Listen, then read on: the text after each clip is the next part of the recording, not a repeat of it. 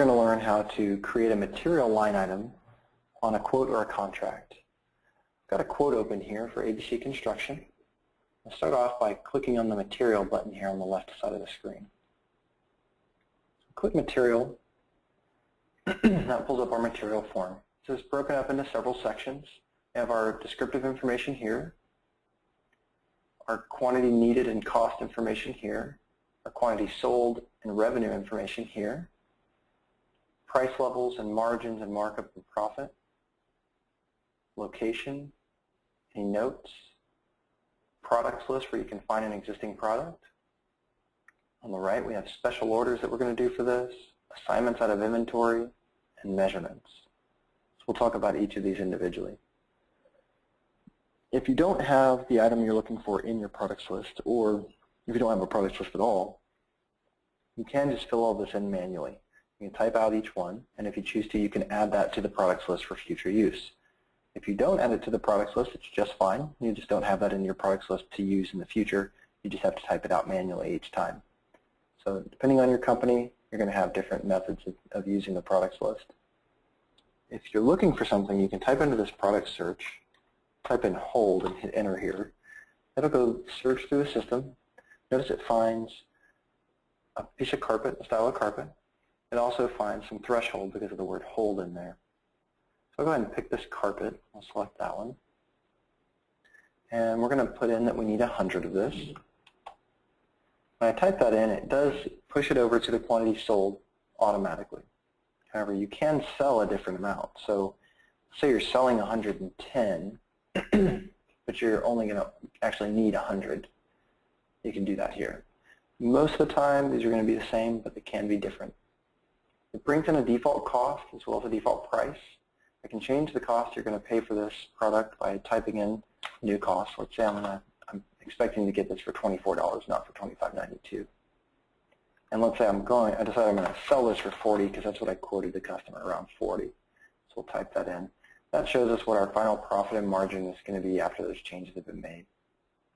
I can also decide to put in maybe a margin here and let it calculate my price. I can swap that to a markup and let it calculate my price on a markup. You can always come back and override this as well.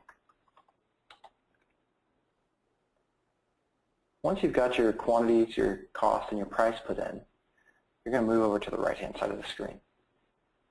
If this is something that you're going to order, you can create a new special order. If it's something you're going to pull out of inventory, you can create an assignment for it. For our purposes, I'm going to do both. Let's go ahead and create an assignment. This will allow us to see all of the inventory that's in stock for this style. And I can pick a particular roll. So let's say I want to pull 50 yards off of this particular roll here. So I'll pick that one. I come up to my quantity, put in 75 or 50, hit save and close, and that applies my assignment here. So now I've got 75 of the 100 that I'm needing pulling out of inventory. So let's do a special order for the other 25. Do a new special order. I'll put in 25 here. If you have a central purchasing person, it's useful to put some notes here. These notes do show up for that purchasing person whenever they go to order this material. Creating this special order is very useful because it allows for when this job converts to a contract, the purchasing happens really quickly, either through the salesperson creating POs from the job directly or by a central purchasing person creating a PO for BOU once a week for all the jobs that need something from BOU, or once a day, however often you do that. It's completely up to you, the mechanisms you use, and the system does accommodate both ways. So now we've got the material ready. Let's take a look at this measurement section down at the bottom. I'm going to click on New Measurement here. And for us today, I'll go ahead and just type in, say, living here. It knows that the product I've selected is 12 feet wide. Let's put in that the room is 12 feet by 10 foot 6.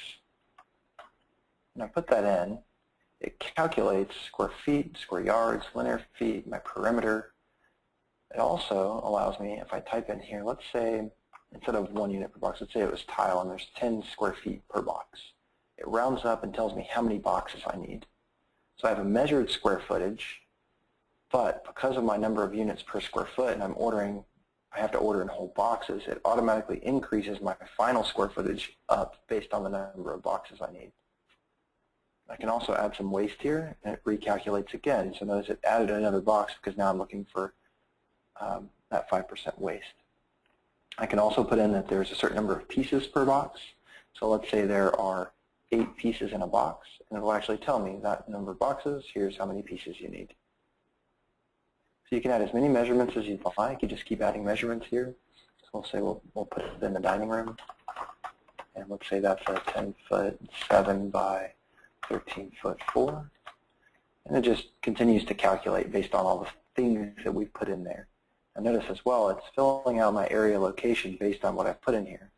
But I can override that to be whatever I want it to be.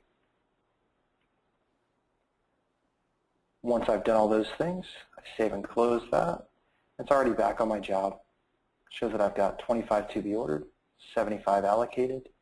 All of that's totaling up here. It's taxable, so it's adding tax to the job.